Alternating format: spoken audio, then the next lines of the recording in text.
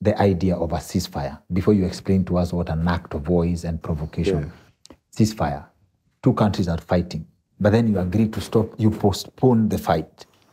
What does a ceasefire mean? Does it mean you are about to shoot someone, but then you have to stop because you have agreed on a ceasefire? I'll shoot you later. Is that how it works? Well, the ceasefire is to allow for talks. Personally, I believe that people should talk before they fight. But if there is people should talk before they fight, because at the end of the day, you still have to talk. You still have to come to peace terms. But the beating has to come after. Oh, this is discussing. So what are these talks before we beat each other? Well, the talks is, what is our problems? Why are we wanting to go to war? Can we amicably settle it? But it depends on the leadership and what the agenda is. Because sometimes people go to war to prove a point. For example, it might be an election year. And if I want to impress my people, I go to war and show that I'm strong. So that happens? That happens. It's happened all the time. People who go to war just to... It could be a political reason. It could be any reason. Or I want to show my people that we are strong and we are not weak. And we go to war just to show them that we are strong, right? And therefore, you can now arrange a ceasefire. I've achieved, for example, I've gained ground. You wanted to get a piece of land, right, up to here. And therefore, the only way to get it is to be warlike. Go and grab it. Then when you grab it, you now say, okay, let's talk, because you had superior strength. So you've got it, but you can now talk. If you have to move back, negotiations will take place. Negotiations start depending on the level of beating. Yes. Like, let's say, for example, I have clobbered you to this point. Yes. Do you want to talk, or should we continue? Or should we continue? Yes. So you then ask for a ceasefire, or the world supporting, the other side may say, look, please, let's have a ceasefire. Let's talk. But they already know that you have gained what you want. So the ceasefire is just to say, okay, let us now compromise. You've got all this amount of land, right? Okay, why not go back half and leave that, and there's a compromise. I mean, I'm just giving you a scenario, but it could be anything. But the case is not closed. But the case is not closed. The ceasefire is, let's talk and see if we agree to compromise. And if it hasn't been agreed, the war will continue. Which brings a very complicated concept that I struggle with. Terms of war. Yeah. We have... you have the Geneva Convention and you have the terms of war and how you should engage beat each other. And how you should beat each other. You don't massacre civilians. You don't, kill people out of uniform, etc. There's so many things, right? Yeah. But the Geneva Convention tells you how you should conduct a war. It is strategic. It is the people who are uniformed, right, will fight the people who are uniformed, normally, right? Of course, you have terrorists. Of course, you have people who are spies. And of course, spies, once they're held, they can be executed. Or if you wear the other country's uniform, you can be executed as well.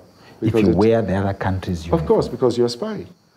In other words, you have a Kenyan uniform, and I now want to pretend that I am part of your military, and I go and I put on your uniform. I'm emasculating and imitating you. So I could go and penetrate. Yes, you're a spy. So I could go and penetrate one of your divisions and say, oh, headquarters sent me. And you come in and you see the entire arrangement of that place wearing a false uniform, which is not yours. But they have let you in because they believe that you came genuinely from headquarters. But you now see, oh, the barracks is here, this is here. You send that information back quickly, strike. You have to be executed. Is that loose for other countries? Because in Kenya, we have people who wear the US Army uniform as fashion, for style. No, so well, those are some countries ban the use of camouflage and uniforms because it confuses the public. And then people use that to commit crime. So yes, it is right that the country, or most countries, should ban wearing of military uniform, because it's confusing. You don't know who is who. You know? So in war, the uniform is the enemy. Huh? The uniform is the enemy. No, the uniform is the sides. So a Ukrainian is wearing a Ukrainian uniform with his badge of recognition. Yes. A Russian is wearing his uniform with his badge of recognition. Right? Yes. If one of them was to wear the uniform of another, he's a spy, because he's going to infiltrate the other